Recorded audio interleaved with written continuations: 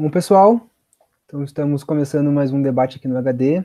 Hoje a conversa vai ser com a Adélia Vrana. Ela é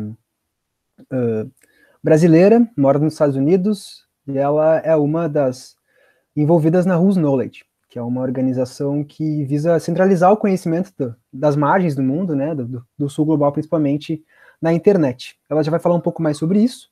Antes eu vou falar um pouco sobre o HD. Né? O HD é um projeto de divulgação em história, principalmente em história, mas a isso não se limita, né? O HD também tem uma pegada bastante interdisciplinar.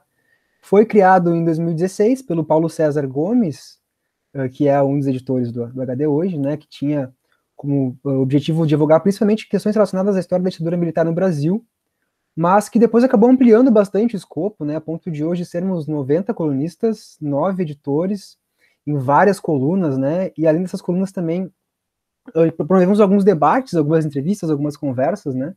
Contexto, então, que traz a gente até a conversa com a Adélia aqui.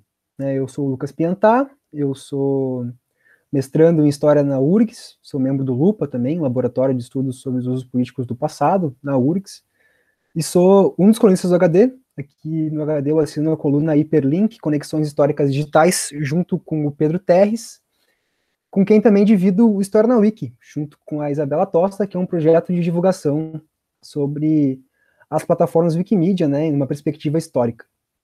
E estamos aqui então também com a Erika Zellini e com a Natália Guerelos, que são também debatedoras hoje, vão conversar com a Adélia, e eu vou passar então a palavra para que elas se apresentem.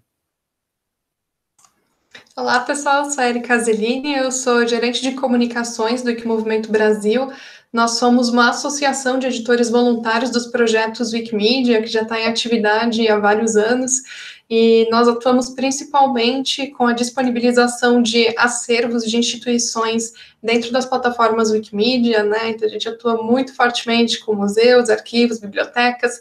A gente desenvolve também programas de educação dentro dessas plataformas Wikimedia e numa série de outros projetos que visam melhorar a qualidade da informação disponível na Wikipédia, no Wikidata, no Wikimedia Commons, enfim, todo esse ecossistema do conhecimento livre, e estou muito feliz de estar aqui hoje compartilhando essa mesa com vocês. Oi, pessoal, eu sou Natália Guerelos, queria agradecer o convite para essa conversa com a Adélia, que me interessa muito, acho que vai ser super rica. Eu sou pós-doutoranda na Universidade Federal do Rio Grande do Sul e dou aula também na Université Jean Moulin, na França, e faço parte do Laboratório MAGE, que é um laboratório que pensa o fato literário na era digital. E também sou editora no HD. Como o Lucas mencionou, nós somos 9. No HD, eu sou responsável por uma coluna chamada O que Disse Eurídice, que trata, uma coluna multimídia, que trata de escrita de autoria feminina em regimes autoritários, e tem tudo a ver com o diálogo que a gente vai estabelecer também hoje com a Adélia. Então, obrigada, tá? Obrigado, Nath, obrigado, Érica. Então agora vou passar a palavra para a Adélia, ela se apresentar, né, e daí também falar um pouco, já introduzir um pouco a gente, né, no que ela faz, o que é a Who's Knowledge, né, e qual é esse contexto geral que a gente está aqui para conversar hoje, né, que principalmente vai, então, ao encontro dos debates sobre a descolonização da internet. Então, Adélia, por favor, a palavra está contigo. Olá, muito obrigada pelo convite, Lucas. Obrigada pela presença, Natália, Érica. É um prazer estar aqui com vocês hoje e falando para o pessoal do HD. Estou muito feliz. Bom, eu sou brasileira, como o Lucas falou, nasci numa cidadezinha do interior de São Paulo chamada Jaboticabal. Fui criada aí no Brasil e tive o privilégio, eu acho que a minha introdução, eu sempre gostei de história, era a minha matéria favorita, apesar de ser também uma matéria que me trazia muita dor e já trazia esse trauma generacional, né, que vem dos meus ancestrais, e dos meus ancestrais que vieram para o Brasil, como indivíduos livres que se tornaram escravizados no contexto da colonização. E eu me lembro muito bem de aprender história e gostar muito, e também sofrer, né, aprendendo e reconhecendo os meus ancestrais nos livros de história que me eram apresentados até então. E lembro que quando eu fui para a graduação, eu sou graduanda em Relações Internacionais pela Unesp de Franca, E foi abrir os meus horizontes. Eu tive o privilégio de ter um curso de História no meu campus, no campus da Unesp. E foi muito impressionante para mim essa abertura e começar já, né, a ver as aberturas que me levariam a reconhecer que existem, né, múltiplas formas de fazer a curadoria do conhecimento histórico, que a história é uma só, mas essa curadoria é um campo de batalha, né? E que a história que eu aprendi, que a história que estava nos meus livros do ensino médio, era uma história, né? Era a interpretação da história por um grupo pré-determinado de pessoas. Isso tem tudo a ver com o que eu faço hoje, com o que é a Whose Knowledge, mas acho bem interessante marcar isso, porque para mim é muito significativo estar falando com um pessoal que, né, que criou isso para refletir e, através da história, para olhar para o passado. A gente trabalha muito isso, né? Conhecer as nossas origens, de onde viemos, é determinante e importante demais para saber o que nós queremos ser, quem queremos ser, o que queremos fazer no futuro. Então, quando o Lucas me convidou, criou-se um apreço muito grande, né, por essa conversa e pelo público, por essa comunidade de vocês, que também engloba, né, ciências sociais e outras pessoas que têm de outras áreas do conhecimento que vão estar acompanhando e assistindo essa conversa. Então, queria agradecer demais o convite.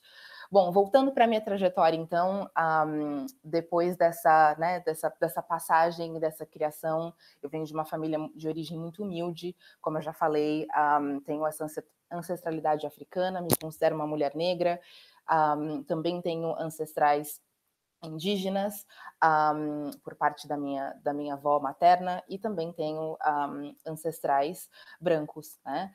E eu costumo sempre dizer que eu sou bem um dos retratos e uma dessas misturas, né, da colonização, resultados da colonização à lá Brasil. E eu saí do Brasil há 12 anos atrás. Eu estava trabalhando para o terceiro setor, já tinha iniciado a minha vida de trabalho atuando em organizações não governamentais, depois de fazer o meu mestrado em ciência política pela USP em São Paulo, e que também, né, me deixou muito imersa nesse mundo das ciências sociais, com essa intersecção com a história, e antropologia e sociologia. E quando eu saí, foi interessante porque eu nunca pensei, né? Aquela menina de Jaboticabal, do interior de São Paulo, nunca pensou que ia sair um dia do país e muito menos que ia se ver morando no Vale do Silício. Eu lembro de ouvir do Vale do Silício quando estava no Brasil, fazendo a minha pós-graduação na USP, e tudo era tão distante, né? A Wikipédia era muito distante, o Vale do Silício, onde tecnologia é criada, era tudo muito distante. Então, eu nunca imaginei que eu ia acabar vivendo aqui. E foi a minha vida, o meu relacionamento amoroso, que na verdade me trouxe para cá. E foi um começo de vida bastante difícil, né? Porque eu estava deixando toda essa autonomia, essa história, e tá no meu país, que apesar de todas as dificuldades, eu amo, né?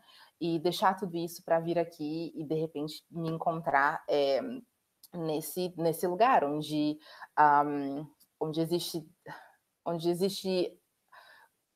as manifestações culturais são bem diferentes, e para mim, como mulher negra brasileira, ter a experiência do racismo aqui nos Estados Unidos foi bem impactante, desde que eu cheguei. Eu falo que depois de 12 anos, agora eu já aprendi a lidar com isso.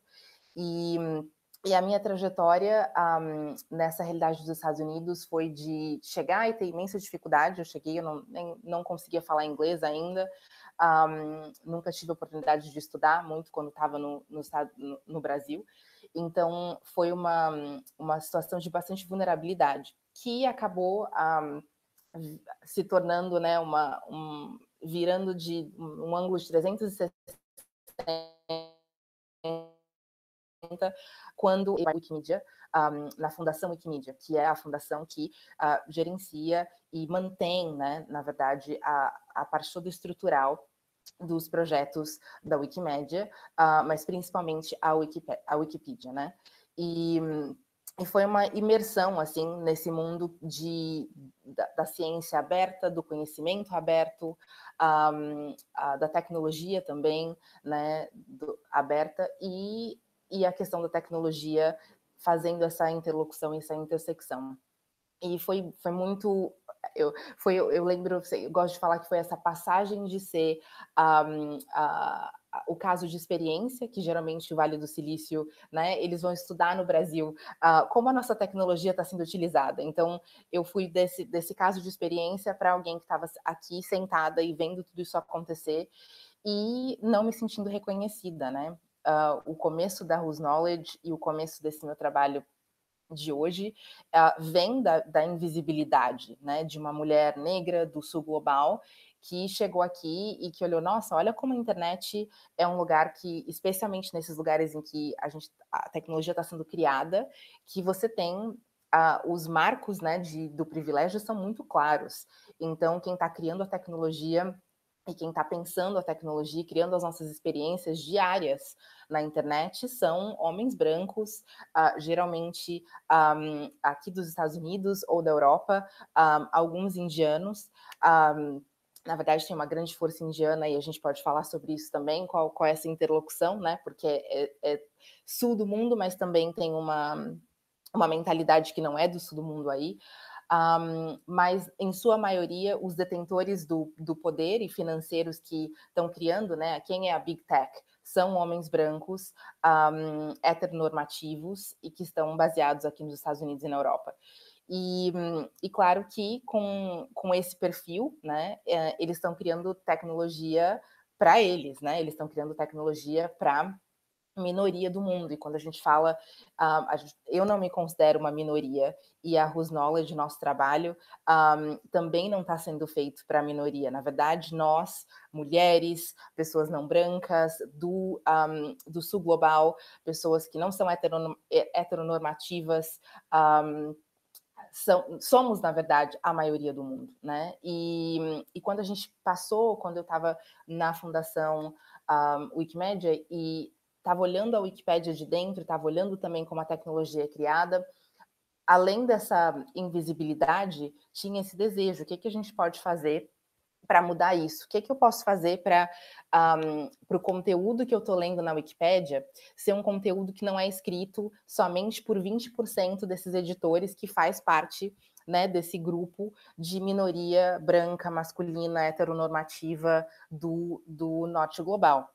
O que a gente pode fazer para 80% desse conteúdo e dessas pessoas que não estão ali como escritores da sua própria história, né, ou curando a sua própria história, fazendo essa curadoria, possam, então, ser essas autoras, né? E foi assim que a Whose Knowledge nasceu. A Whose Knowledge, a tradução que eu mais gosto para ela em português é de quem é o conhecimento.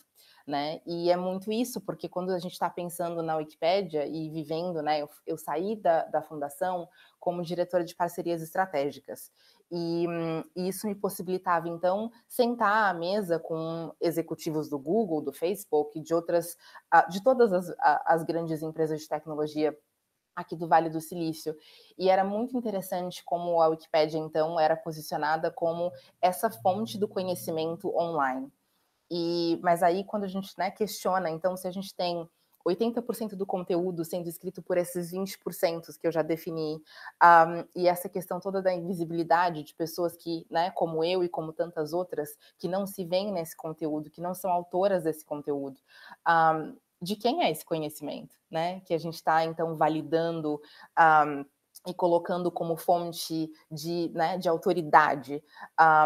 Então, foi assim, nesse processo de até descoberta de mim mesma, nesse contexto maior aqui de tecnologia, com intersecção com o feminismo negro especificamente, e justiça social, né, mais amplamente, que a Whose Knowledge nasceu. Foram a partir desses questionamentos e nós continuamos, né, continuamos com esse processo de fazer perguntas, e perguntas difíceis. E essa, né, de quem é o conhecimento, é a pergunta originária desse trabalho. E eu vou parando por aqui, então, na introdução. Na verdade, antes de parar, só vou dizer que a Whose Knowledge, então, é uma campanha global, multilingual, Nós temos as operações baseadas aqui nos Estados Unidos, porque a Ana Súia e eu nos conhecemos e nos encontramos enquanto estávamos ambas trabalhando na Wikimedia, na Fundação Wikimedia, que é baseada aqui na Califórnia, mas de maneira alguma somos uma fundação ou uma organização americana, né? A nossa origem, o nosso objetivo é sempre voltado para o sul global, para os nossos países de origem, as nossas casas e as nossas comunidades, apesar das operações estarem aqui. E esse ano a gente vai celebrar 5 anos de Whose Knowledge. Então, só para marcar também que, para mim, já estou vendo essa conversa como parte dessa celebração, dessa comemoração desse trabalho. Agora sim. Estou pronta para as perguntas. Eu tenho uma primeira pergunta, né, que acho que ela é um pouco mais introdutória até, né, então, a Whose Knowledge, né, essa campanha global que visa centralizar o conhecimento das comunidades marginalizadas do mundo na internet, né. O que isso significa na prática, Adélia? Que tipo de campanha vocês têm desenvolvido nesses últimos anos? Olha, eu vou dar alguns exemplos, né? E eu gosto de dar alguns exemplos que estão dentro, por exemplo, da Wikipédia, porque esse projeto nasceu, né, na Wikipédia e nasceu inserido esses questionamentos, então é importante que a gente traga isso para a Wikipédia, mas também tem exemplos que aconteceram, né, e que estão acontecendo fora da Wikipédia, ao mesmo tempo que tem uma ligação com a Wikipédia. Bom, vamos começar com a Wikipédia. Então, um dos projetos que a gente tem durante 4 anos já é essa campanha de visibilidade de mulheres na Wikipédia, porque quando a gente olha para o número de biografias na Wikipédia, por volta de 20% dessas biografias são biografias de mulheres. Então, a grande maioria, novamente, são biografias, né, de indivíduos que se identificam como homens. E então a gente tem uma questão bem até famosa desse gap de gênero da Wikipédia. E tem muitos coletivos e muitas organizações dentro do movimento, né, da Wikimedia que fazem eventos, né, editatonas, que treinam editoras, né, que, para quem não sabe, a Wikipédia é sempre escrita por voluntários que voluntariam o seu tempo livre para criar esses verbetes, né, para criar os artigos em diversas línguas, inclusive, claro, a Wikipédia em português, né, e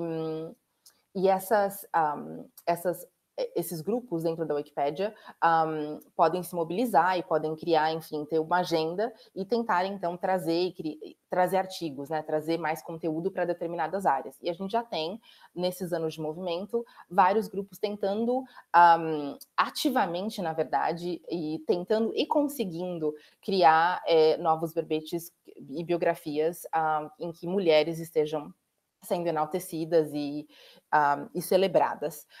Mas uma coisa que a Whose Knowledge e outras pessoas do movimento repararam é que quando a gente tem né, a sorte de encontrar uma dessas biografias, algumas delas, na verdade, a sua maioria, não tem a imagem. Você não tem uma foto de perfil daquela mulher.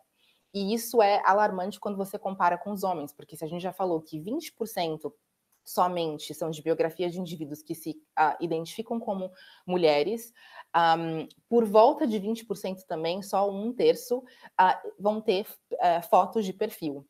Então, a invisibilidade, né, tá ali presente de uma maneira muito, muito, muito grande. E a gente não tinha, quando a gente criou essa campanha, 4 anos atrás, não tinha muitos grupos trabalhando nessa questão da visibilidade. Então a gente falou, olha, já que tem tanta gente maravilhosa criando esses verbetes, criando os artigos, por que a gente não faz uma campanha que é mais voltada para a questão das imagens, né, que é mais multimídia, e a gente tem várias coisas estratégicas a respeito da campanha, porque a Wikipédia, você tem que aprender as regras editoriais e seguir as regras editoriais, a gente vai falar com certeza dos problemas em relação a isso, e essa campanha, como ela é fundada, né, nas imagens, a gente não tem que seguir essas mesmas regras editoriais que são problemáticas, né, em sua origem, e que, na verdade, podem afastar muitas contribuidoras, especialmente a gente que é mulheres, né, mulheres e indivíduos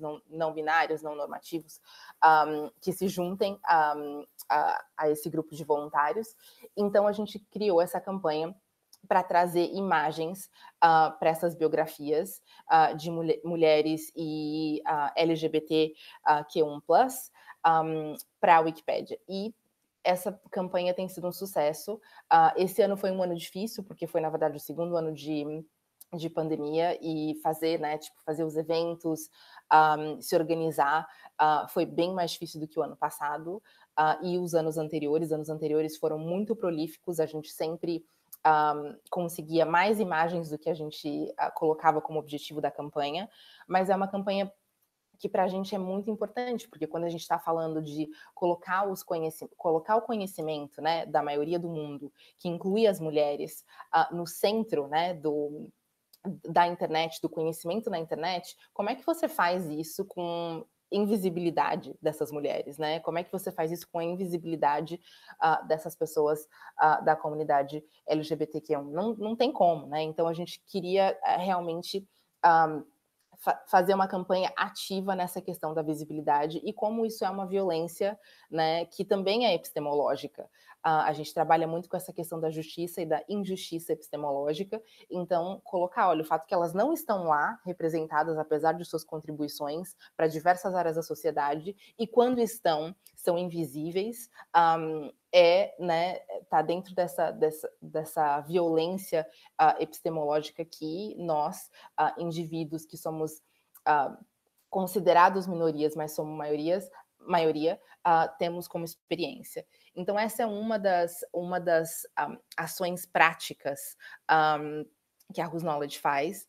A outra ação que não é um dos outros projetos que não é propriamente na Wikipédia e que é uma iniciativa nova que a gente está criando, que eu estou muito, muito feliz porque tem a participação de duas mulheres indígenas, líderes indígenas brasileiras, e tem uma intersecção muito, muito interessante com essa questão de criar novas narrativas e quebrar velhas narrativas que são baseadas, né, nessa visão eurocêntrica do mundo, redefini-las a partir da liderança de mulheres indígenas. E esse projeto se chama Honrando Nossas Guardiãs, e a gente convidou mulheres líderes indígenas das Ilhas do Pacífico, que estão fazendo o seu próprio trabalho de redefinir, de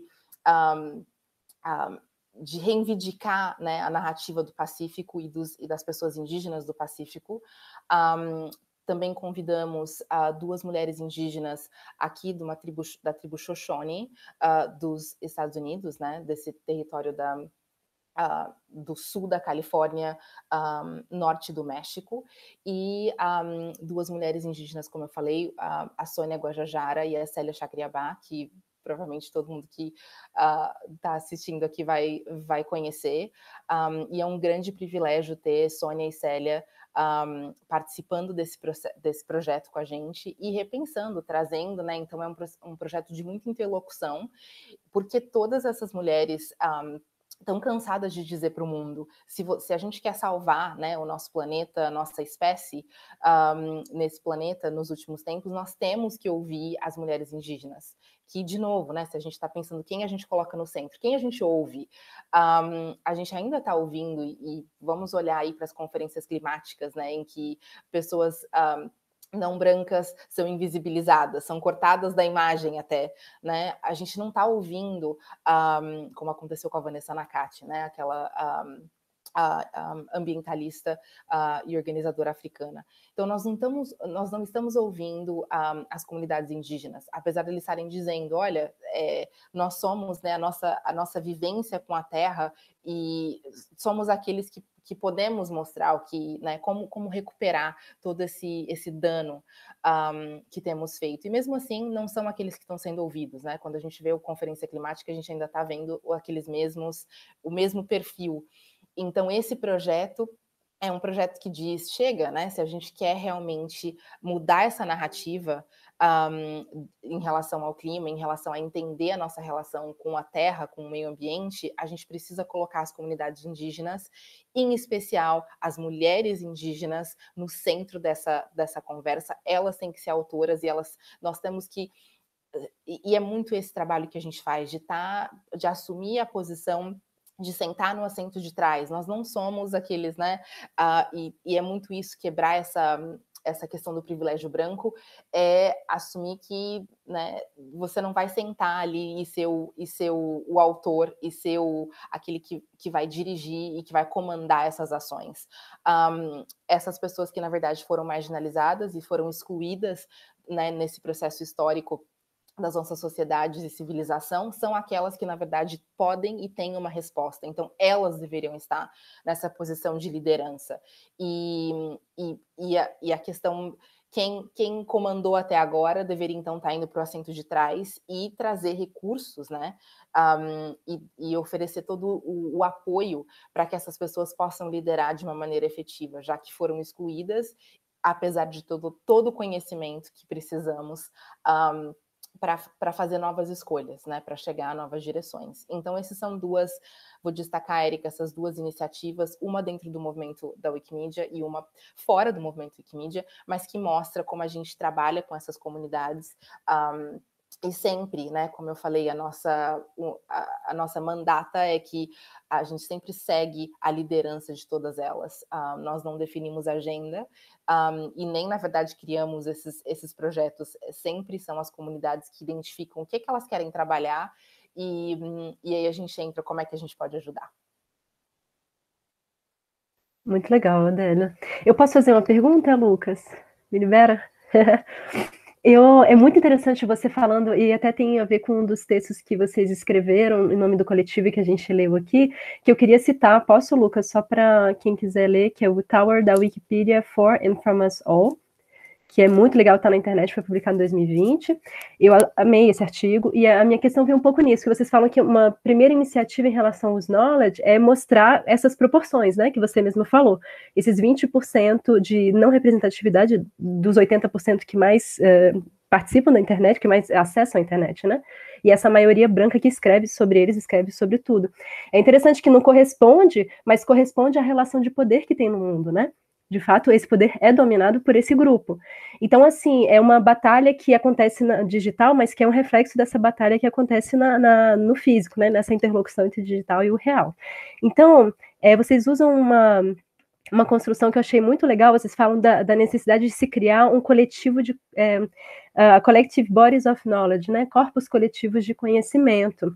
Então, para combater o que é tido como neutro. Então, assim, que é como se fosse neutro, né? Que é esse branco, enfim, que é esse centro do poder, né? De onde se gera tudo. Então, minha questão é, se tem essas brigas em todos os lados, seja no digital, seja fora do digital, eu queria que você falasse um pouco sobre as dificuldades que vocês já tiveram em levar em frente esse projeto e os embates com essa visão, porque quem detém o privilégio não está prestes a ceder ele, né? Então eu queria saber se vocês já tiveram resistência e como é que se dá essa luta, é uma luta, né? Para a gente ter espaço, para a gente mostrar a diversidade do mundo, assim. Então essa é a minha questão. Sim, obrigada, Natália, por essa pergunta e por trazer o texto, né, que escrevemos para essa comemoração dos 20 anos da Wikipédia. E foi um texto realmente de desmistificar, né, um texto de quebrar mitos que existem no movimento sobre o que é ser um wikipedista e como é que é se pensar, né, esse pertencer a essa comunidade. Então foi um trabalho bem bacana que a gente escreveu. E essa questão das dificuldades, nossa, com certeza. Eu tô até pensando, nossa, que eu vou falar, né? Qual parte dessa? Porque tem... imagina, criar uma campanha dessa... Né, com esse objetivo, 5 anos atrás, né, agora, imagina tudo que aconteceu depois do ano passado, nesse contexto de não só a pandemia, mas também o movimento das vidas negras importam, né, do Black Lives Matter, atingindo proporções globais e criando um vocabulário e uma certa consciência por parte de algumas pessoas que que precisavam daquele momento para acordar um pouco para essa realidade, né, de extrema desigualdade racial, de racismo estrutural, de própria, né, do resultado do processo de colonização.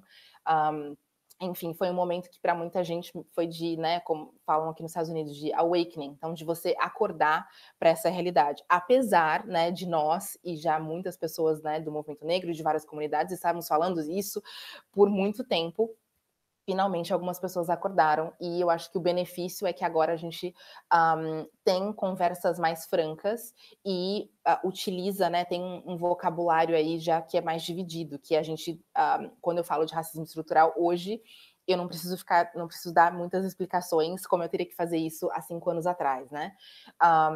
E até processos de decolonização, o entendimento hoje é muito diferente de quando a gente começou com a Whose Knowledge.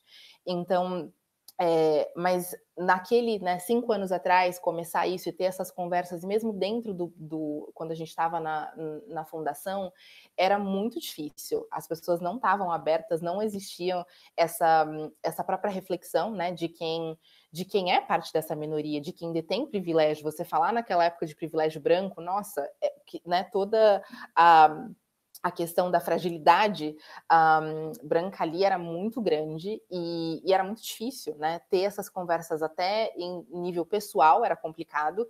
Imagina isso de uma maneira coletiva dentro de um movimento que você está indo contra, né? Mesmo que a gente não se considera indo contra, porque a gente fala, olha, realmente a gente ama a Wikipédia, a gente está nesse espaço, a gente, né, traz novas pessoas para esse espaço, e por isso mesmo que a gente quer que seja um espaço que seja representativo da humanidade, né? E então não é uma questão de, nossa, não gostamos ou não temos apreço pelo que foi construído aqui. Na verdade, por que nós gostamos e por que temos apreço, e sim, vemos que pode ser uma ferramenta de mudança e justiça social impressionante, que nós queremos mudá-la, né? Que nós queremos trazer equidade para isso, equidade nas relações de poder que se dá quando se pode escrever a história, né? E então enfrentamos sim muita dificuldade.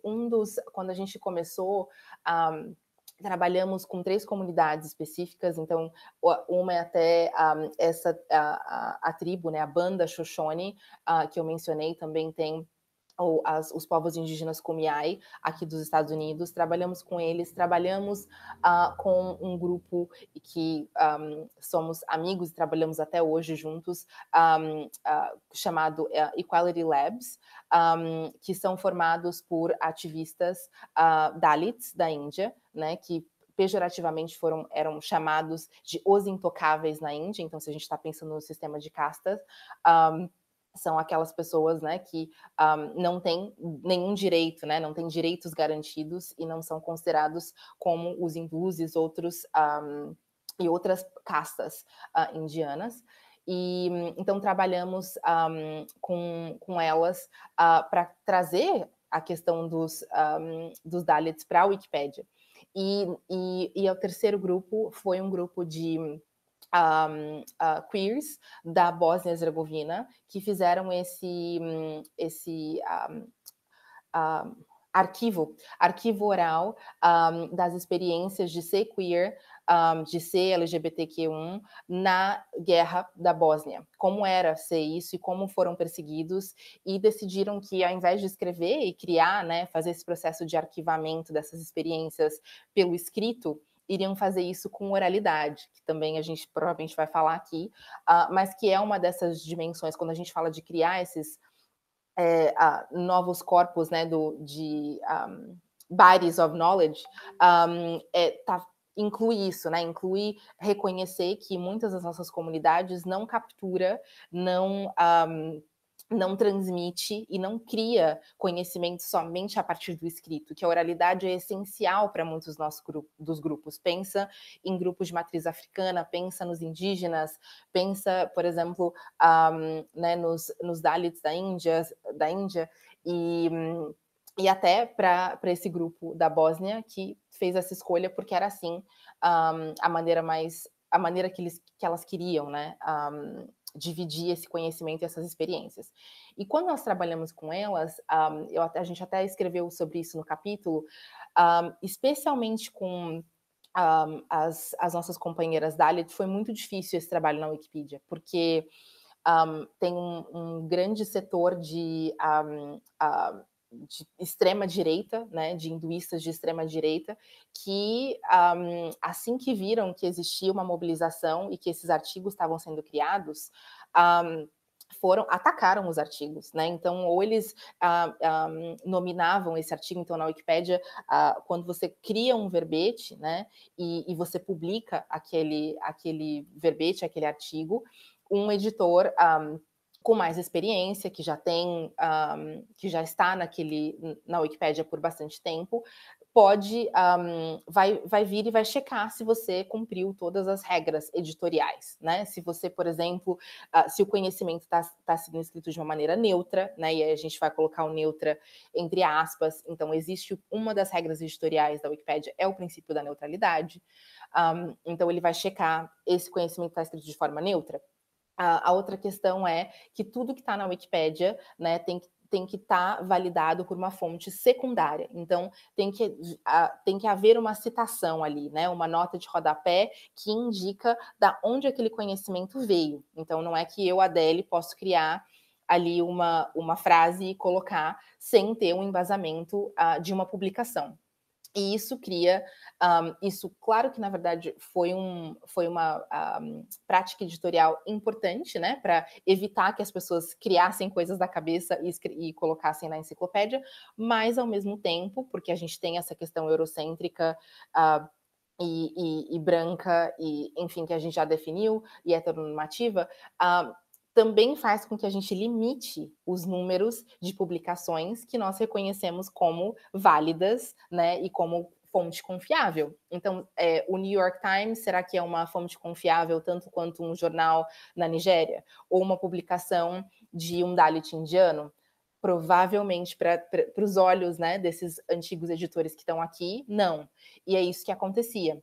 Então, esses editores com mais experiência, então, fazem esse processo de vir e checar se as políticas editoriais estão sendo respeitadas. E o que acontecia nesse caso é que muitos deles, por conta da sua definição, né, e da sua afiliação ideológica e da própria negação dos direitos humanos dos Dalits, quando viram esse artigo, utilizavam das políticas editoriais, e às vezes nem isso, nem utilizavam, marcavam aquele artigo, aquele verbete para ser deletado. E isso era muito difícil, porque aí era uma mobilização muito grande para tentar ir lá e falar, não, a gente, né, seguimos todas as regras editoriais, esse artigo não deveria ser deletado, mas como eles estavam lá em sua maioria, era muito desgastante, era retraumatizante. A ponto que depois de algumas, né, a gente mudou a estratégia, tentou falar, então a gente vai criar um grupo pequeno de número de artigos que a gente vai melhorar, mas a gente não vai divulgar esses artigos para que eles não venham em massa tentar derrubá-los. Mas ficou tão assim difícil e tão retraumatizante que as nossas companheiras estavam, olha, estamos repensando, será que a Wikipedia está pronta para isso, né? E a gente sabe que é muito importante a visibilidade que está na Wikipédia nos dá, mas ao mesmo tempo esse processo de retraumatização, de ter que lutar contra essa maioria e contra essas regras que ajudam, né, essa maioria, é muito difícil. E pensaram, talvez a gente deveria criar nossa própria versão de Wikipédia, né, ao invés de estar na Wikipédia já existente, para evitar passar por essa experiência. Então, esse para mim é um dos exemplos assim mais dolorosos, né, porque é realmente esse processo de retraumatização, e é o que você falou, é muito...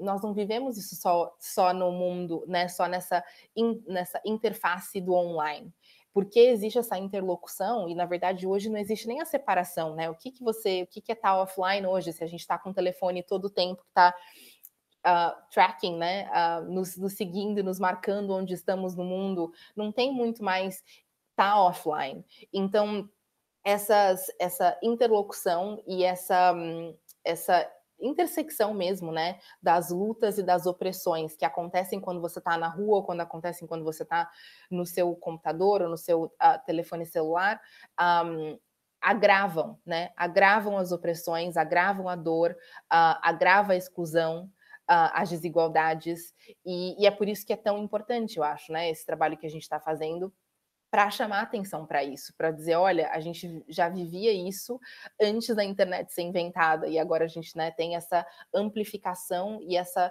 viver isso ainda com mais força e mais intensidade no âmbito online. Então, esse seria um dos, eu acho que dos maiores desafios que a gente enfrenta, e ter essas conversas, né? São conversas difíceis para criar uma massa crítica que um dia possa se questionar. Então, a gente está falando de... Existem vários conhecimentos, né? Alguns, no texto da Whose Knowledge, a gente sempre faz essa provocação. A gente fala... a gente falou os conhecimentos dessas comunidades, né? Desses grupos, porque não é a questão de ter um conhecimento. Espero ter respondido. Eu quero engatar aqui com duas perguntas, né, já que você tocou na questão de imparcialidade, né, e de fontes confiáveis também nesse contexto de Wikipédia, que é muito presente nas campanhas que a Whose Knowledge desenvolve, né, então eu tenho aqui basicamente duas perguntas sobre esses assuntos, né, essas perguntas acabam se entrelaçando, né, então, para quem não conhece, né, um dos pilares da Wikipédia em português é justamente a questão da imparcialidade, né, então isso quer dizer que os editores não só não devem expressar suas opiniões pessoais dos verbetes, como eles são incentivados a buscar fontes que sustentem diferentes perspectivas sobre um determinado assunto, né, de forma a apresentar um quadro geral sobre aquele tema ali desenvolvido no verbete, ao invés de tomar uma única visão como a universal, né, então esse é um dos pilares da Wikipédia. Quando a gente fala de diversidade, de equidade de conhecimento, no movimento Wikimedia, principalmente, né, muitas vezes existe uma reação negativa, como se fosse um tipo de ativismo que vai contra essa imparcialidade proposta pela Wikipédia. E aí a pergunta sobre imparcialidade aqui seria como que a gente navega nesse debate dentro dessa comunidade, né?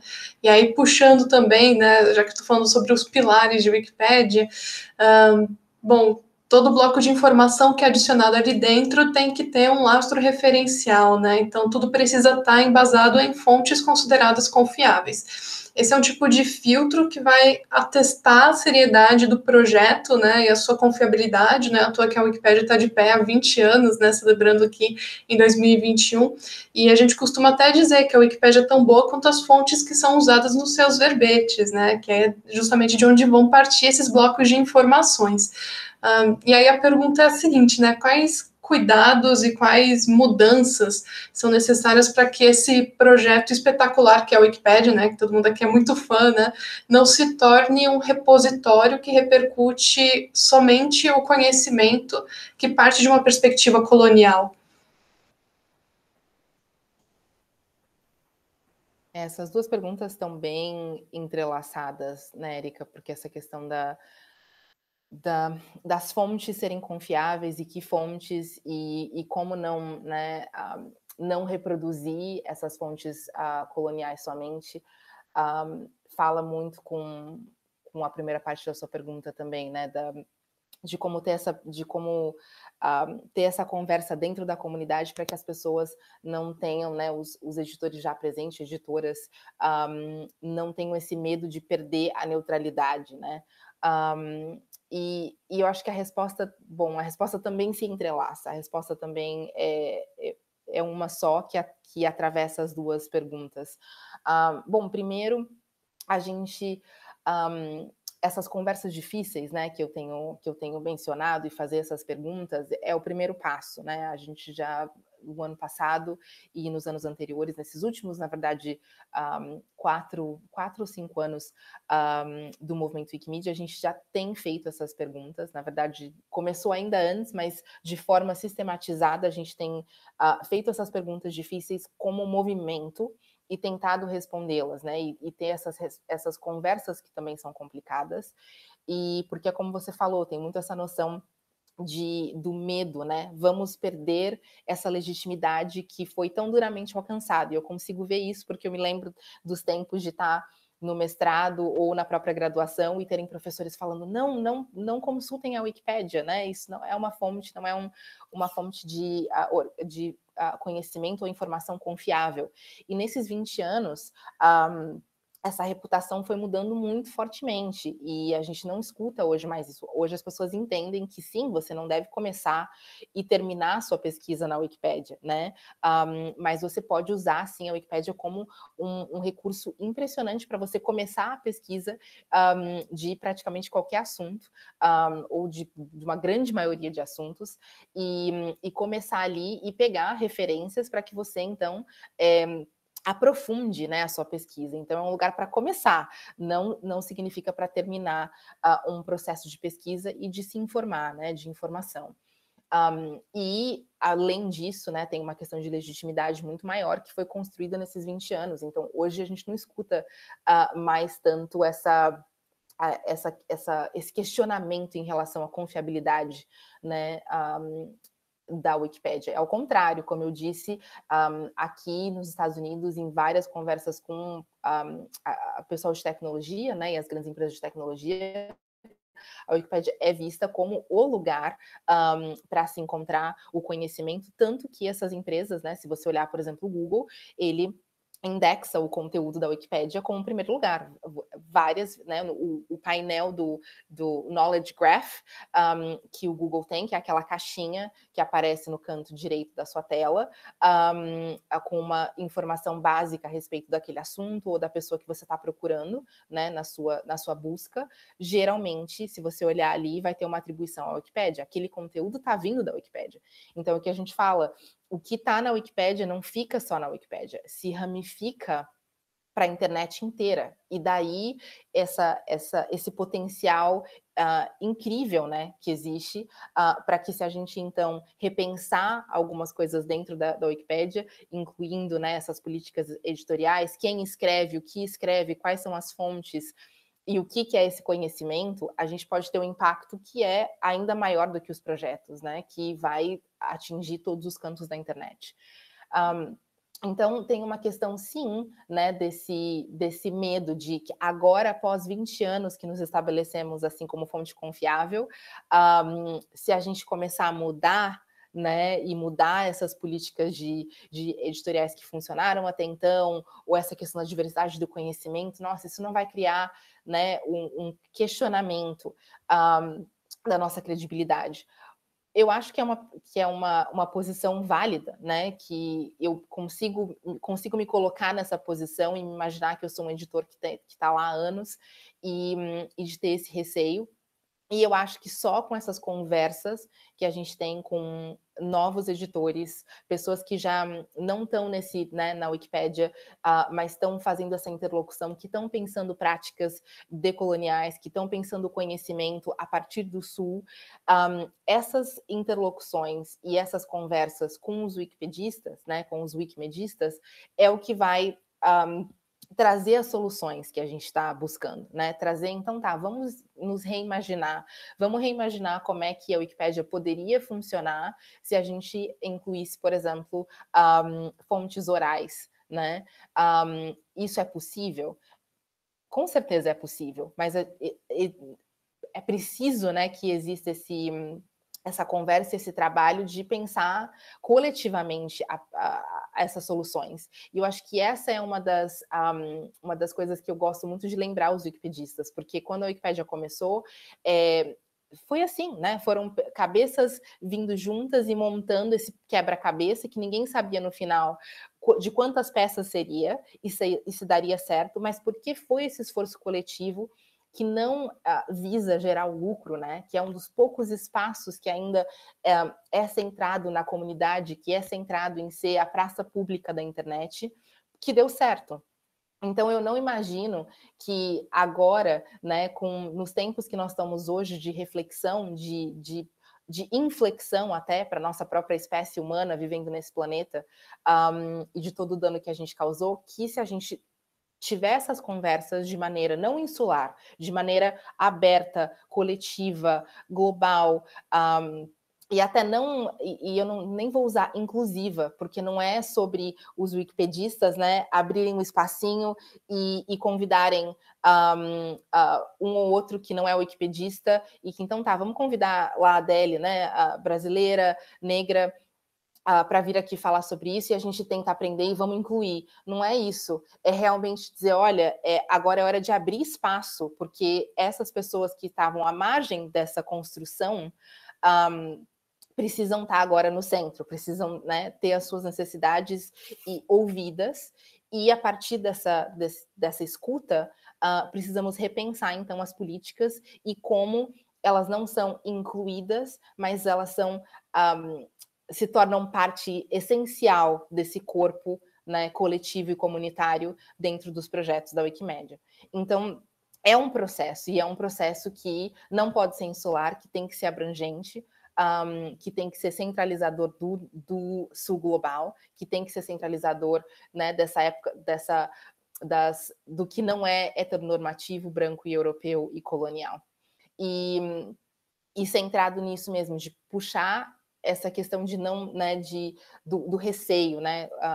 A gente não pode, a Wikipédia não nasceu a partir de uma perspectiva de medo, e a gente não vai evoluir, vai ter 20 anos de relevância à nossa frente no futuro se a gente continuar com esse tipo de receio. Eu e todas nós da Who's Knowledge dizemos que a gente só vai ter relevância daqui 20 anos enquanto movimento e enquanto enciclopédia, se isso for feito, porque as novas, né, Adeles, as Marielles, novas Djamilas, e entre outras que estão vindo por aí, e que estão criando, né, essa nova versão, novas versões de conhecimento e de história, não vão se utilizar de uma plataforma em que elas não possam ser vistas, reconhecidas e que elas não possam participar, né? E de novo, somos a maioria do mundo.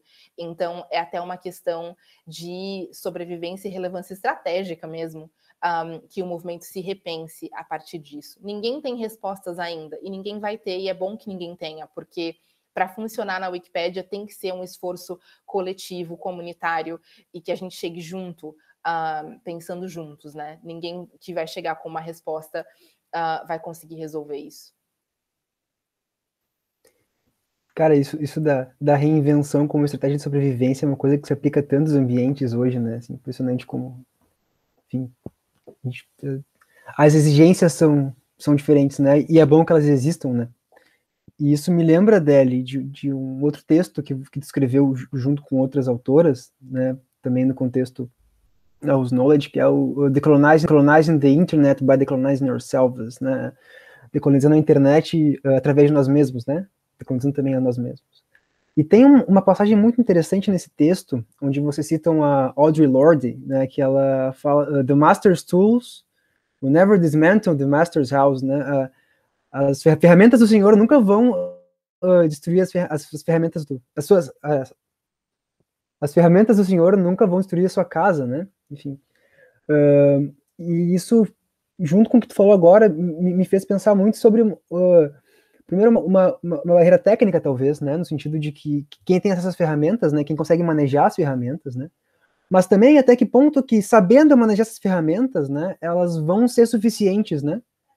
Para que a gente consiga chegar onde a gente quer, né? Então, o que eu te pergunto agora é suficiente, né, a gente ocupar os espaços, né, é suficiente buscar mudar os espaços, né, ou a mudança ela vem também à medida que criamos os meios, né, os mecanismos para criar novos espaços, né, onde aí sim a centralidade também seja diferente, né?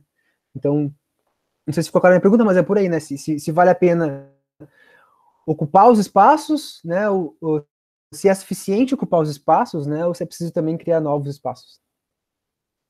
Sim, e essa pergunta é muito interessante e muitas vezes, né, a gente pensa sobre isso e somos perguntadas sobre isso, e a gente, como Who's Knowledge, a gente ama esse pensamento, essa quote da Audre Lorde, e ao mesmo tempo a gente acha que tem uma nuance aí, porque é preciso estar em ambos os espaços, né? Mudança, e a gente pode falar isso, né? Sempre acontece em dois âmbitos, né? Vai ser o micro e o macro, vai ser o individual e o coletivo, e estar ou não nessas plataformas, né? Ou estar nas plataformas e criar alternativas, não pode ser um either or, como eles falam aqui nos Estados Unidos, né? Que você tem que escolher ou esse ou aquele. A gente não acredita nessa dualidade. E a gente traz essa nuance porque é importante, sim, que a gente use algumas dessas ferramentas, né? E é bem a frase dela vem nesse contexto, né? Da escravidão, em que você usa as ferramentas para destruir a casa do senhor de escravos, né? Ou de pessoas escravizadas, melhor dizendo, e a gente vê isso como parte dessa solução é sim tentar hackear essas ferramentas, aprender a usá-las e poder usá-las para o nosso benefício, né? E isso acontece não só dentro da Wikipédia, se a gente olhar, por exemplo, muito da mobilização que acontece dentro das redes sociais, né? A gente sabe, tem a crítica das redes sociais e, ao mesmo tempo, a gente tem que perceber que muito ativismo está sendo construído pelas redes sociais, né? E por ativistas estarem ali trabalhando e usando daquelas ferramentas, que na verdade são as ferramentas do senhor, né? Capitalista, colonial e opressor, mas usam dessas ferramentas para mobilizar as suas próprias bases e trazer essa mudança. E é a mesma coisa, né, que acontece nesse contexto da Wikipédia. Se a gente não tiver uma massa crítica de novos editores que amem a Wikipédia, mas entendam os problemas, né, dessa base histórica e dessas políticas editoriais, para que então elas participem do debate para tentar mudá-los, a gente não vai conseguir hackear esse sistema, a gente não vai conseguir mudar isso. Então tem que haver isso. E ao mesmo tempo tem que haver esse espaço de reimaginar, né, de imaginação. E é uma das coisas que todos esses sistemas de opressão e de poder e privilégio tiram da gente, né? É muito difícil para pessoas, indivíduos que são marginalizados, terem esse espaço de reimaginação, terem esse espaço de se imaginar. Se eu pudesse criar, né, a minha experiência da internet, como é que isso seria? E aí é muito bonito, porque você vê que talvez, se você trabalhar, né, com as ferramentas do senhor, talvez você possa estar empoderando aquele indivíduo que não até então era um consumidor daquela experiência online, para ser, na verdade, um produtor, um designer daquela experiência online que eles querem ter, né? Então, precisa ser, não pode ser isso ou aquilo, tem que ser, na verdade, essa complexidade de trabalhar nesses dois âmbitos, né, dessa realidade. E é um contínuo. Pensa, né, nesse contínuo e que a gente vai estar fazendo ações de um lado para o outro desse contínuo, e algumas pessoas já vão estar, né, lá na parte da imaginação, lá na parte da criação de novas realidades, outras pessoas vão estar trabalhando bem mais aqui para hackear as ferramentas existentes, e muita gente vai estar no meio desse espectro, e é só isso que a gente vai, né? Grandes revoluções não acontecem em um âmbito só, e nem esse ou aquele. Revoluções acontecem realmente quando você tem esse contínuo, esse espectro, e você tem uma variedade de ações que são impactantes nesses diversos âmbitos, né? Tanto individual, coletivo, global, etc. Então é assim que a gente vê essa atuação do contínuo. Muito legal. Adélia, eu queria puxar por uma coisa que você falou bem no comecinho da sua fala, lá no começo da entrevista, quando você falou de você e da Ana Suya, né? Vocês fundam juntas a Whose Knowledge, e ela é de origem então indiana, não sei se ela é nascida na Índia ou se ela já... é. E você falou então que há uma diferença também, quer dizer, a gente fala sul global, mas ele é extremamente diferente, né? Lá, e a gente inclui Brasil, a gente inclui países da África, os mais variados, e a gente inclui até a China, de vez em quando, que é, em termos de disputa tecnológica, não tem quase sentido, assim. Então, eu queria que você falasse um pouquinho como vocês lidam com essas diferenças também. São diferentes demandas, são diferentes experiências com a internet, né, acessos, enfim, como que vocês conversam talvez entre vocês. Eu estou sempre puxando para a coisa dessa hibridização entre o digital e o real, né, e o digital também é real, mas enfim, e o mundo físico, né, para falar um pouquinho para a gente como é que vocês lidam com essa multiplicidade. Assim. Sim, sim. É muito interessante pensar nisso também, especialmente agora, porque a Anasuya esteve no centro de um ato de solidariedade, né? Solidariedade feminista, que me fez pensar muito e nos fez pensar muito até coletivamente, e como as nossas lutas se interconectam, né? E como para a gente, às vezes é óbvio que elas se interconectam, mas tem muita cegueira, assim, tem muito pontos que as pessoas que elas não reconhecem essa interlocução, né, das lutas, das opressões, e elas ficam muito centradas no seu mundo, né, na sua realidade. E eu estou falando isso porque eu acho que é tão essencial até para a gente, se a gente está falando de repensar, né, e de crise, de vários tipos de crise que a gente está vivendo hoje, essas interlocuções são muito importantes. E aí, pensar nessas interlocuções como o que nos aproxima, porque é o que você disse, né? Tem essas diferenças, né, o sul global, nós somos múltiplos, e temos muitas diferenças, né, em termos de formação histórica, características culturais, tem muita coisa aí, posicionamento geopolítico e econômico no mundo, né, muita coisa que nos diferencia, mas o que é que nos aproxima? E essa questão, por exemplo, do nosso trabalho com as nossas companheiras Dalit, é uma questão muito, que eu acho que é bem emblemática disso, porque se você pensar na força de trabalho da tecnologia, a grande maioria, né, que está trabalhando, que não são os detentores, não são os Mark Zuckerbergs, mas quem está criando o código, né, que a gente, enfim, que cria as aplicações, a experiência da gente, vão ser, em sua maioria, aqui no Vale do Silício, pessoas de origem indiana. E não tem, até eu conhecer a Anasuya, eu não tinha acesso a pessoas que faziam essa crítica do sistema de castas na Índia e tinham essa reflexão de como isso, então, impacta o nosso pensar e o nosso criticar a Big Tech, né, a tecnologia que é produzida aqui, porque se a maioria desses trabalhadores estão lá e são de origem das castas que são consideradas superiores e não enxergam a humanidade das comunidades Dalit, isso é um grande problema, né? Imagina. Mas isso não está sendo falado. Quem está, né? Na verdade, está sendo falado por esses grupos que trabalham com isso, que estão como o Equality Labs, mas não é parte do nosso não é abrangentemente parte do nosso conhecimento, do que a gente fala, do que a gente se preocupa. Quando as pessoas criticam, por exemplo, a tecnologia, é muito difícil você ver uma crítica que inclua essa dimensão, por exemplo.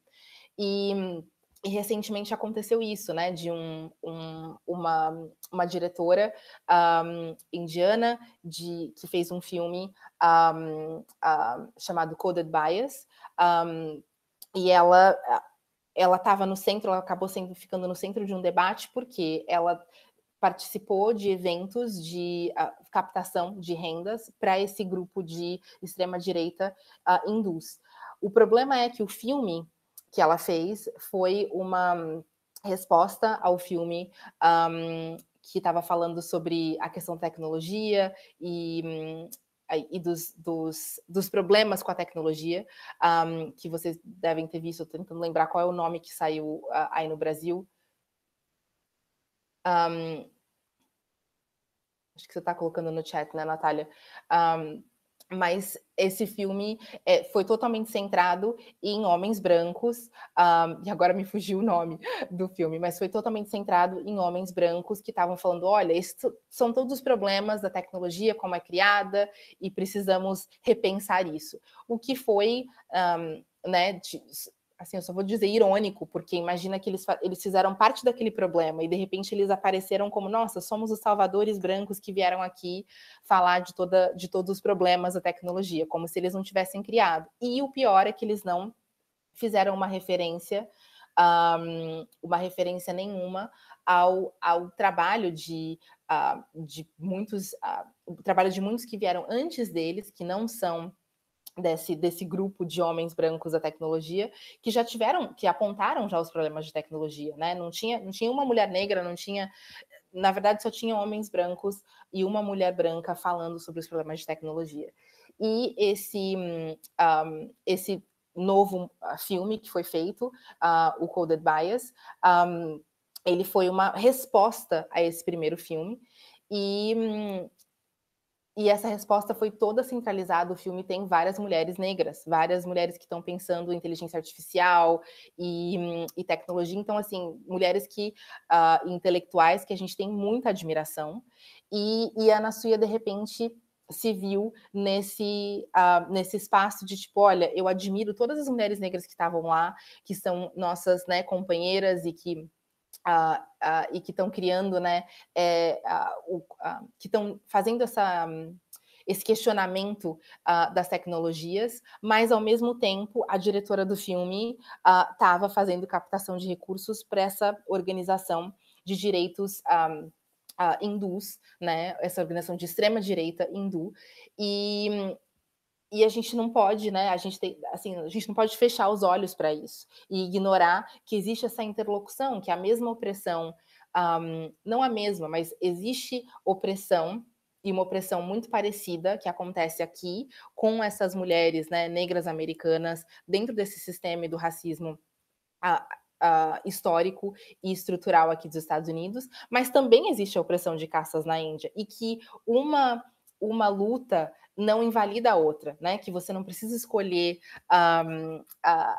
aquilo e só se fechar para o que você está vivendo, que existe essa interlocução, e que, na verdade, se mulheres negras americanas ou de outros lugares estiverem em interlocução com as mulheres Dalit, imagina o que a gente pode, o que nos aproxima, né? O que a força dessa solidariedade.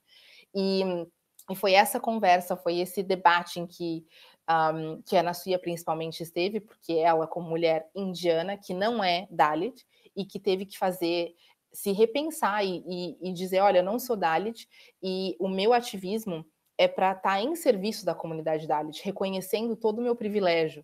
Então, ela faz muito esse trabalho de servir, como, né, tipo, mostrar para alguém como você reconhece o seu privilégio, e você lida com isso e se coloca a serviço das comunidades que a sua, né, no caso dela, a sua origem oprimiu, que historicamente até correntemente, né, não correntemente, até atualmente. E então a minha resposta para você e foi uma história bem longa, porque é complicado, tem vários aspectos, mas voltando aqui para enxugar o moral dessa história, é que, apesar dessas diferenças todas, não é primeiro a gente não coloca tudo, né, no mesmo saco, a gente reconhece as diferenças e que existem diferenças, não dá para dizer que a opressão que acontece aqui em determinado momento, e nesse caso, nesse específico exemplo, em relação às mulheres negras trabalhando em tecnologia, é a mesma, né, que está acontecendo e que acontece com os Dalits, mas a gente tem muitos pontos de interlocução, porque os sistemas de poder, os sistemas de privilégio usam das mesmas táticas, né, e fazem com que essa opressão seja dividida. Então a gente tenta se aproximar no que somos parecidas e nessas experiências compartilhadas. E isso faz com que o trabalho seja muito poderoso, né? Porque, apesar dessas diferenças, de terem diferentes localidades, você está trazendo o que é comum, né? Quais são as coisas comuns que a gente pode utilizar dentro do trabalho. Então, é olhando para isso, assim, que a gente lida com essa multiplicidade.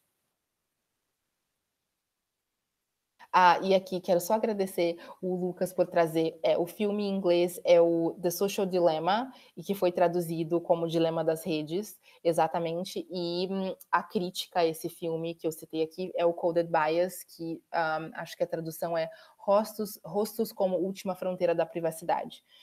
Então, para quem quiser acompanhar um pouquinho desse debate baseado nos filmes, essas são as referências. Obrigada aqui, Lucas e Natália, por trazerem os títulos dos filmes em inglês e em português. Gente, só vocês conseguem me ver e me ouvir? Eu tô vendo só a Adélia, a Nath e a Erika eu não vejo. A gente te vê, sim. Agora eu vi a Erika, a Nath não vejo, tá. Agora eu vejo a Nath, olha só. Agora é para criar um clima. Né? Exato. Agora eu vi a Adele de novo. Tá. Não, só para saber se estava tudo certo. Podem tocar aí, se tiverem mais questões.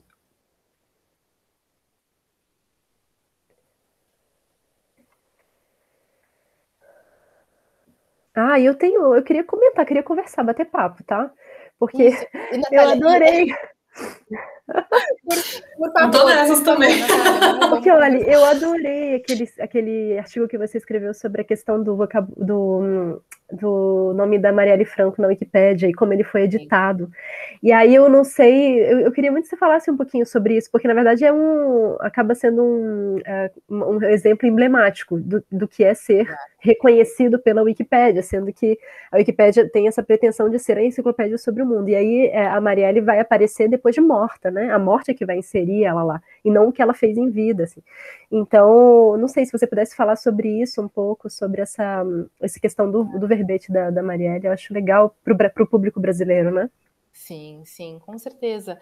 E eu posso até recontar um pouquinho, porque é o que você falou, realmente ficou um caso emblemático, e eu citei essa campanha que a gente faz em torno da visibilidade, né, de mulheres marginalizadas na Wikipédia, e a gente estava fazendo a campanha, né, a campanha se chama Visible Wiki Women, e a gente estava fazendo a campanha, e eu me lembro que a gente está trabalhando com esses dados, né, da Wikipédia e da visibilidade todos os dias, e no meio da campanha ela foi assassinada, né, Marielle Franco foi assassinada em plena luz do dia no Rio de Janeiro, voltando para casa após um dia de trabalho, num ato de execução sumária. E eu me lembro que a minha primeira, assim que eu ouvi, eu acordei, né, no dia seguinte, então foi no dia 15, isso aconteceu no dia 14, no dia 15 eu acordei e fui procurar e falei, nossa, eu quero, né, ver se eu consigo encontrar o artigo da Marielle, o verbete da Marielle na Wikipédia. E o artigo estava lá, e eu falei, nossa, olha os tempos estão mudando, né? Não pensei que ia estar aqui o artigo todo construído, e tem a foto da Marielle, pontos, né, para a Wikipedia, e estamos fazendo progresso. E aí mal sabia que na verdade, aquele artigo tinha acabado de ser reinstituído, né? Ele tinha sido marcado quando ele foi criado, ele foi marcado para deleção e para ser deletado, né?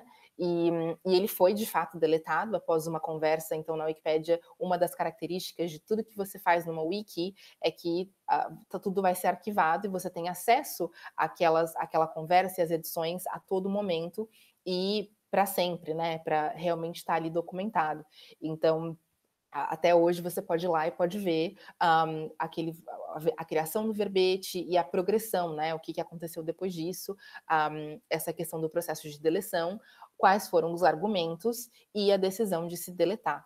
E um grande amigo em comum, aqui com a Erika e Lucas, o João Pechansky, que também é o diretor do capítulo brasileiro, amigo, e eu comentei com ele da minha alegria de ter acordado e visto o artigo da Marielle. Ele falou, olha, mas tem uma história aí, né? E me apontou, então, que esse artigo foi criado quando ela estava em vida, né? O verbete foi iniciado quando ela estava em vida, e foi nomeado, então, para deleção, justamente porque até então não até então, né? Isso ainda vigora. Alguns dos editores consideravam que a Marielle não atendia ao critério de notabilidade. É notabilidade ou notoriedade, Érica, a tradução, ou Lucas? Notoriedade. Notoriedade, me confundi aqui com o inglês. Então, em inglês a gente fala notability e em português a gente fala esse critério de notoriedade, né? Então você precisa ter uma trajetória de vida e publicações que então marquem, né, que você é uma pessoa notória para fazer parte da Wikipédia. E no caso da Marielle, uma das questões é que ela, em questão de vida política, era apenas uma vereadora, e que isso então não a colocava, né, numa posição de ser notória o bastante para ter o seu próprio verbete. E essa foi a discussão, e apesar, claro, do autor que criou o artigo e de outras pessoas não concordarem e chamarem atenção por o fato dela ser, né, da trajetória dela ser absolutamente estelar e emblemática de o que uma mulher, né, não só negra, mas uma mãe jovem, periférica e queer, né, e gay, poderia fazer, e como ela, né, como ela estava influenciando e mobilizando a base dela de maneira incrível, né, de maneira incomparável. E esse argumento foi feito, mas pelas políticas existentes, aquela nomeação para a eleição vigorou, então o artigo foi eliminado. E então, se eu ou qualquer outra pessoa que quisessem saber da vida da Marielle Franco até então, até aquele dia 14 de março, nós não, né, aquele artigo não existiria. E somente com a morte dela, que então o João, na verdade, foi aquele que pediu, falou, olha, e agora? E agora que a Marielle virou notícia, não só no Brasil, como internacionalmente, que as pessoas reconhecem essa trajetória e essa contribuição dela, não só para o Brasil, mas de âmbito internacional, como fica, né? E aí, por que ela teve, então, a sua morte documentada e publicada em diversos meios de comunicação, né, localmente e internacionalmente, ela é então passa a ser considerada notória, e aquele artigo é reinstalado e fica online para o mundo ver, né? Então, é uma história, a minha escrita se chamava A Vida e a Morte de Marielle Franco na Wikipédia, e muitas pessoas, né, falaram, nossa, mas é sombrio, e infelizmente é sombrio, porque é isso, né, é esse questionamento, o que é que precisa acontecer para pessoas como a Marielle se tornarem notórias, e é uma questão que vai diretamente nessa questão dos sistemas, né, de poder e de privilégio, que é estrutural nas nossas sociedades, que faz com que exista uma equivalência e uma ideia de meritocracia, que se acredita que um vereador, então vamos imaginar que ali tivesse naquele mesmo momento um vereador branco tentando criar, né, ou alguém tentando criar um verbete sobre o vereador branco e esse outro autor tentando criar um verbete sobre a Marielle. O que a Marielle teve que enfrentar e todas as estatísticas que a Marielle teve que se recusar a se tornar como mulher negra no Brasil, né, não se compara, não dá para se comparar. É aquela famosa metáfora da corrida que a mulher negra já está começando a 20 metros atrás, né? E que se espera que então ela tenha as mesmas chances de chegar ao final dessa corrida junto com aquele que começou antes. E é isso que ainda, né, a política editorial e a próprio movimento da Wikipédia precisa se questionar e entender que as regras editoriais de hoje não reconhecem essas desigualdades históricas de gênero, raciais, enfim, todas as desigualdades históricas que né, oprimiram e que excluíram mulheres como a Marielle e tantas outras comunidades. Então, o fato de não haver esse reconhecimento faz com que, naquele momento, né, as políticas editoriais pudessem dizer, não, ela não é notória o bastante porque é só uma vereadora. E sabemos, né, de tudo que ela teve que passar para chegar ali e como a vida dela influenciou a vida de outras pessoas naquela comunidade de maneira incomparável. Então, eu acho que realmente é um exemplo muito importante para que a gente pense isso. Eu acho que a Érica está aqui para dizer como essa escrita e como esse caso se tornou emblemático para que outras pessoas questionassem isso, que até então estavam na Wikipédia, mas ainda não tinham entendido qual era o impacto, né, de políticas como a política de notoriedade. E que a partir desse momento começam a pensar e começam não só a pensar, mas a se organizar para questionar isso. Então, é um exemplo, eu vejo hoje, né, e nós temos várias mulheres negras na política ativa do Rio de Janeiro, que se inspiraram nessa trajetória da Marielle, mas eu vejo que a influência dela tá aqui na Wikipédia, em português especialmente, e é muito bom, né? Claro que ela não gostaria que ela precisasse morrer para que isso acontecesse, mas dá um pouquinho de esperança ver que algumas dessas transformações aconteceram apesar de sair desse lugar de muita dor, né? Então essa é a reflexão por volta da vida e morte de Marielle Franco na Wikipédia em português. Exatamente, como a Adele comentou, é um caso que é bastante emblemático até hoje, olha que já faz bastante tempo, né? E é uma discussão que até hoje causa certas cisões dentro da nossa comunidade, né? Porque não existe ainda esse reconhecimento, né, dessa outra perspectiva, né, sobre o que são esses critérios de notoriedade, como esse processo mesmo da discussão sobre a manutenção do verbete da Marielle aconteceu, né, porque os editores envolvidos, né, até outras pessoas que depois acompanharam a publicação da Adele, consideram que aquilo estava correto, né, e no fim das contas eles estavam seguindo as regras da Wikipédia, né, então o critério diz que vereadores não podem ter um verbete na Wikipédia, a não ser que eles tenham feito alguma coisa muito grandiosa, tenha, enfim, acontecido alguma coisa que provocou comoção geral, né? Então, a partir do momento que a Marielle foi brutalmente assassinada, então houve essa comoção, houve essa cobertura midiática e ela ganhou, então, essa notoriedade segundo esse critério. Mas naquele primeiro momento daquela discussão, praticamente não houve discussão, e aí a gente entra num outro problema, né? Acho que o problema da própria Wikipédia, no sentido de que os editores, muitas vezes, nem sabem como participar desses processos de votação, não sabem necessariamente como navegar por esses critérios de notoriedade, como discutir essas políticas, como causar essas transformações em questões que são necessárias como esse, né? Então, claro, a ideia não é que todos os vereadores possam ter um verbete, mas sim lembrar que existem essas diferenças nas trajetórias, né? E que nem todo conhecimento que é válido vai estar necessariamente documentado daquela forma como a gente antecipou nos primórdios da Wikipédia, né? Que tem muita coisa ainda para ser construída e para ser reimaginada. Eu gosto muito dessa ideia de reimaginar os projetos Wikimedia, né? Em todas as suas interfaces, é muito bacana esse debate que a Knowledge sempre desperta, né? Porque no fim das contas, muito mais do que trazer respostas fechadas, coisas prontas, é justamente fazer as questões que são assim necessárias para que a gente consiga construir um ambiente que é sustentável a curto, médio e longo prazo, né? A gente não está pensando na Wikipédia como algo que vai durar, sei lá, para os próximos 5 anos. Não, a gente quer que dure por muitas décadas. É muito impressionante que já construímos tudo isso até aqui, ao longo desses 20 anos, nesse ambiente selvagem, cada vez mais corporativista de internet, né?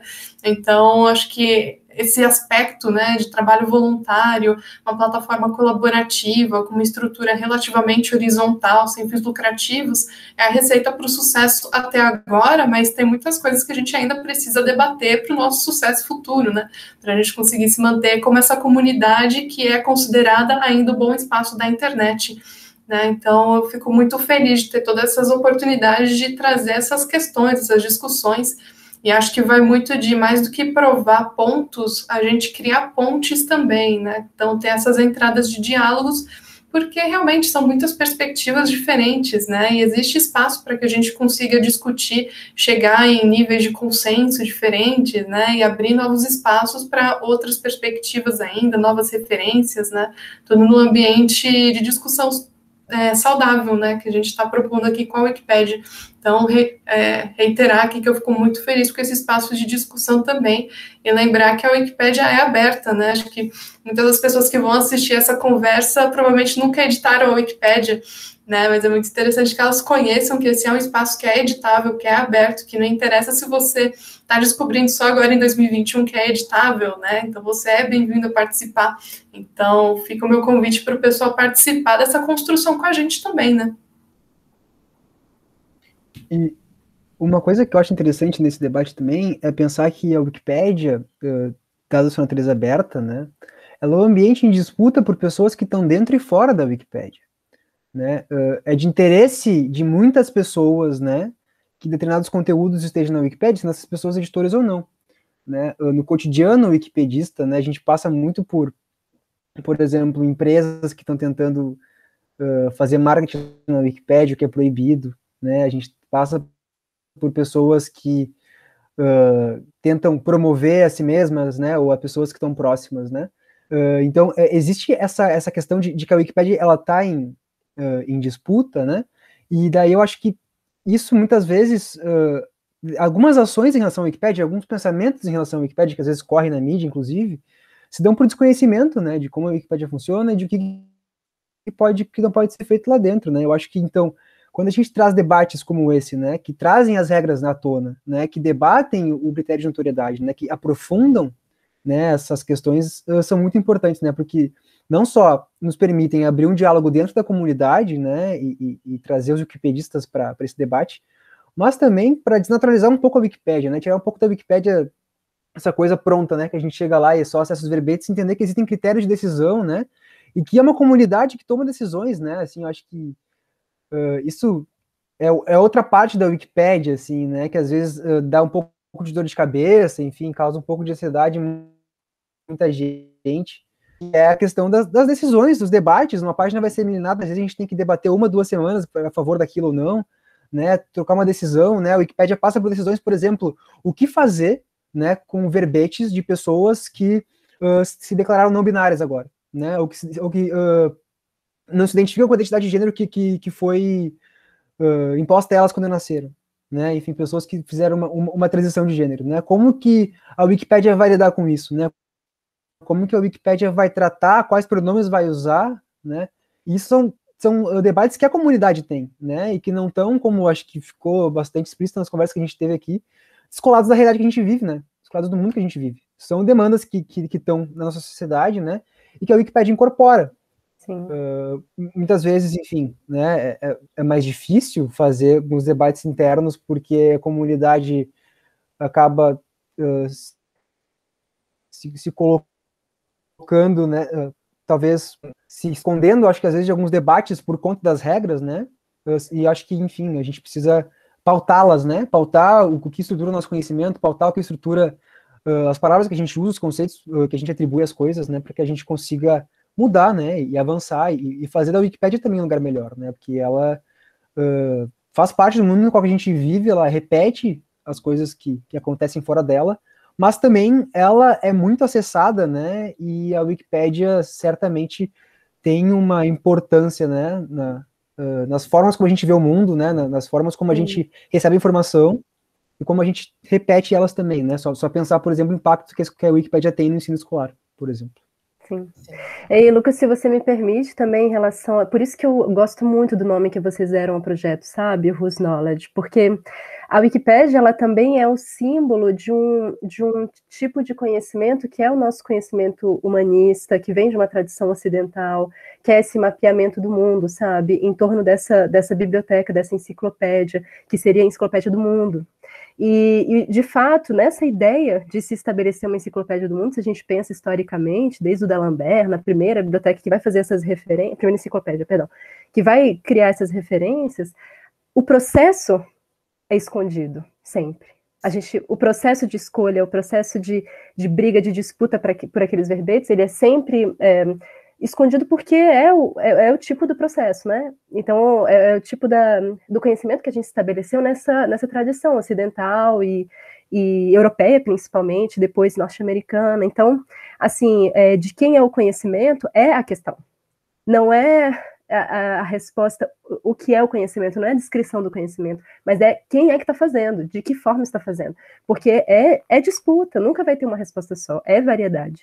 Então, assim, entender que é isso, eu acho que é o principal ponto que vocês começam no argumento de vocês no Tower da Wikipedia, né? Que é mostrar, olha, isso aqui é construído dessa forma, por tais pessoas, é dessa forma que é. E aí, essa visão crítica, que é o que eu acho que falta hoje na era digital, sabe? É a gente ter essa consciência de que tudo é construído e é uma escolha, que não é pronto ali porque foi a melhor opção. Exato. Então, é muito bom. Assim, enfim, parabéns, porque eu acho que é realmente muito, muito legal.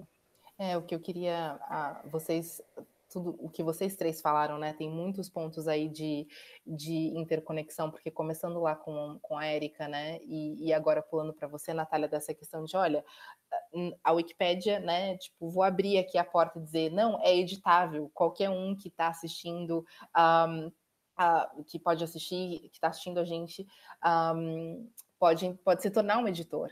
E sim, eu me lembro que quando eu ouvi da Wikipédia pela primeira vez, eu não sabia que eu poderia editar, ou que qualquer pessoa poderia editar. E depois, quando você sabe disso, tem um processo aí, e o Lucas falou sobre isso, né, das regras e de como o sistema, e você agora, Natália, também amarrou isso, né, de maneira dos primórdios da criação mesmo da enciclopédia, de como esse processo tem, então, o processo é fechado, né? E não é um acidente, né, que é fechado, porque aí se o processo é fechado, então você pode ter um grupo determinado que vai ser aquele que vai escolher, né, quais são as regras e como esse processo vai funcionar, e é muito mais fácil também de você excluir e deixar fora, né, quem você não quer que defina essas regras ou que interfira com aquele processo. E eu acho que isso é muito importante a gente pautar, e vocês três pautaram isso, né, de forma trazendo pontos diferentes, porque quando o Lucas me perguntou, olha, isso acontece, né, vocês querem hackear esse sistema e hackear as ferramentas ou criar outras coisas, por que é importante, então, trabalhar nesse ambiente das ferramentas, né, e trabalhar nesse ambiente de contar para as pessoas, olha, existe toda essa perspectiva, esse processo por trás disso, essa página que você está lendo, ou essa informação que o Google está te oferecendo, vem de algum lugar, né? E qual é esse lugar? Quem são essas pessoas? O que elas estão... como elas trazem essa informação para essa plataforma é muito importante. E é importante na forma de... Eu acho que tem muito de enaltecer as pessoas que sim, né, criaram esse recurso, porque é um recurso impressionante, é uma trajetória, né, que, como a gente já mencionou aqui, ninguém imaginou que daria certo e deu. E, ao mesmo tempo, dizer que nós somos, né, indivíduos e nós vamos carregar essas sombras, né, dos nossos ancestrais, do nosso país de origem, da nossa cultura, do nosso acesso. E isso vai fazer com que, por melhores, né, que forem as nossas intenções, a gente vai ter uma visão de mundo que não vai ser neutra, né, que vai beneficiar uma ou outra perspectiva, que vai beneficiar um ou outro grupo, e eu acho que é isso que é muito importante. Quando a gente está falando de desconstruir privilégios, né, de desconstruir esse acesso à criação do conhecimento, é dizer, olha, você que está aqui, que construiu esse recurso, muito obrigada, mas precisamos reconhecer, né, que existe esse viés, existe os vieses, né, que aquele indivíduo vai trazer, querendo ou não, com consciência ou não, que vai estar existente. E não só, né, aqueles vieses, né, que vão estar ali presentes, mas também o que já sabemos de estruturas de poder e de opressão, né?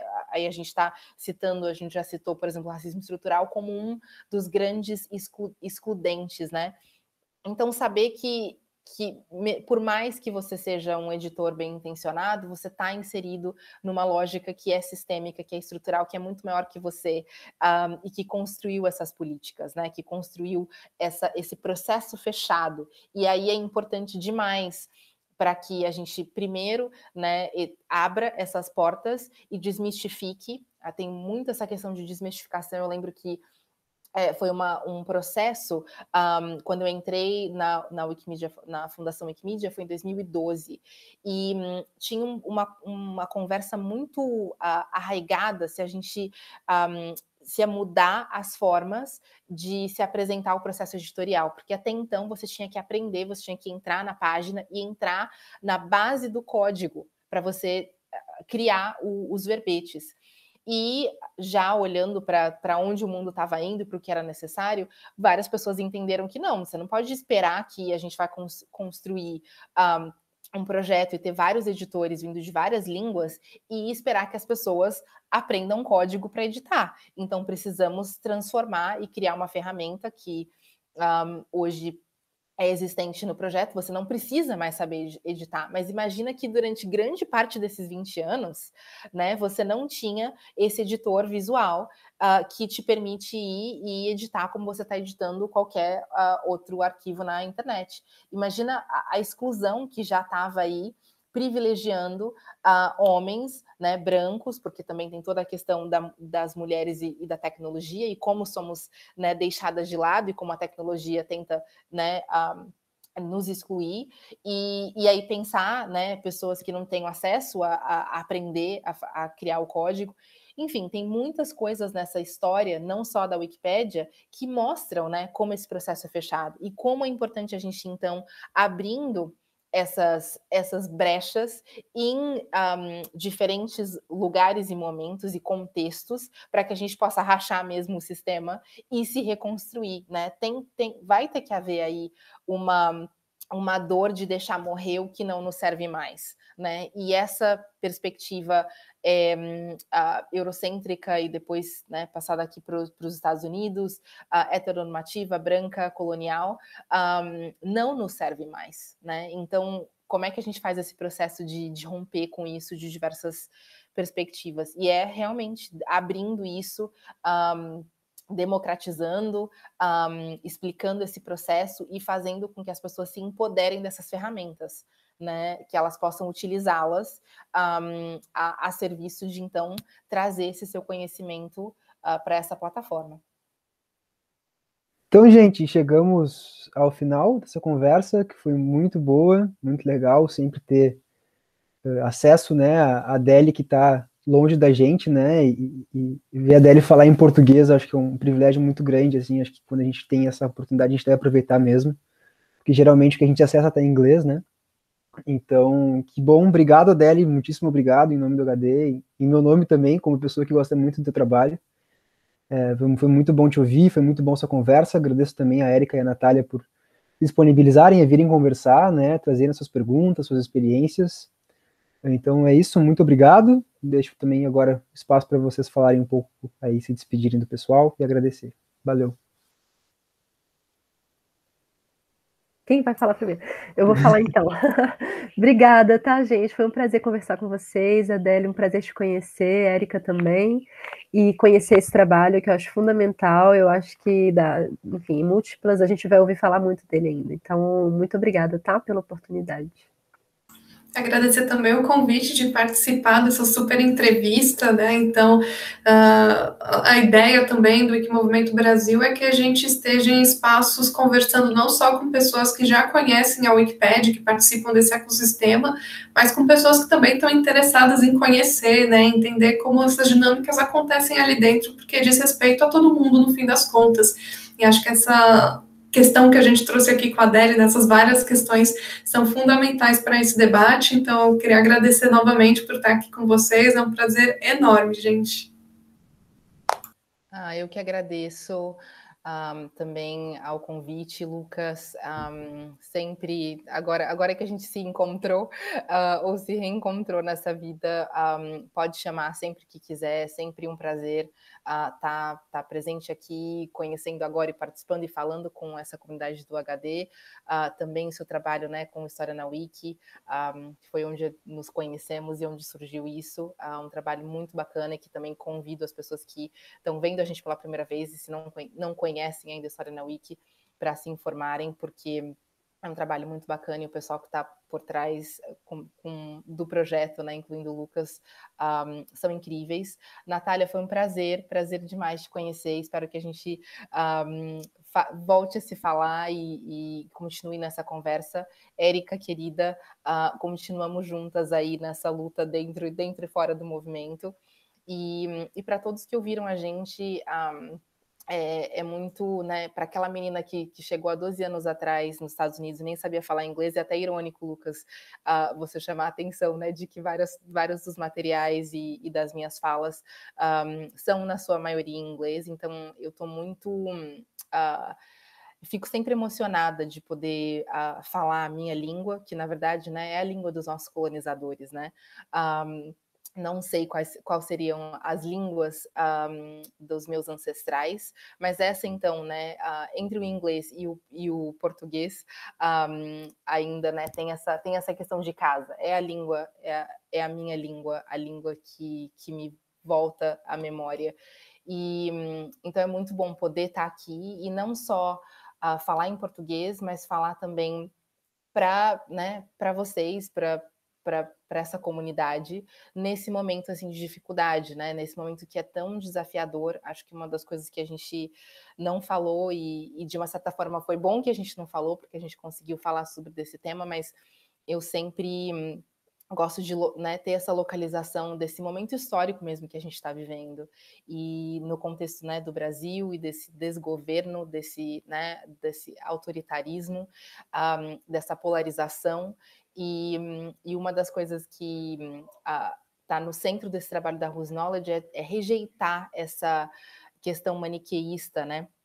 E ter esse lado bom e lado mal. A gente tem que enxergar seres humanos, se a gente vai conseguir, para conseguir ter essas conversas, né, e essas conversas de reconhecimento, de que o conhecimento é uma área de disputa, a gente precisa enxergar no outro seres humanos. Não dá para a gente continuar com esses polos, né, que só se repelem e que são combativos. No fundo, a gente, né, quer ser feliz e quer estar nesse planeta da melhor maneira possível. Então, acho que para a gente lembrar isso, né, que é um momento que o Brasil agora atingiu o número de 500 mil mortos, né?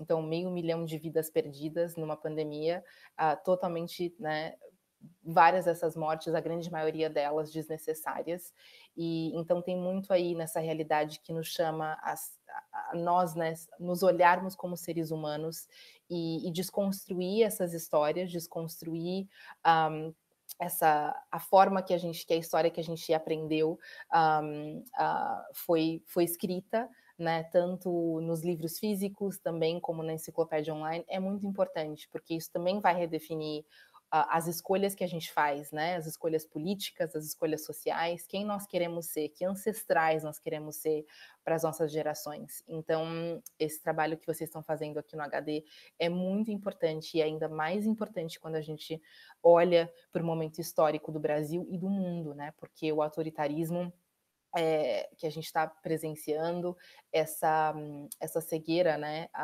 em relação às várias dessas opressões estruturais, não está acontecendo só no Brasil, está acontecendo na Índia, está acontecendo nos Estados Unidos, está acontecendo em vários países.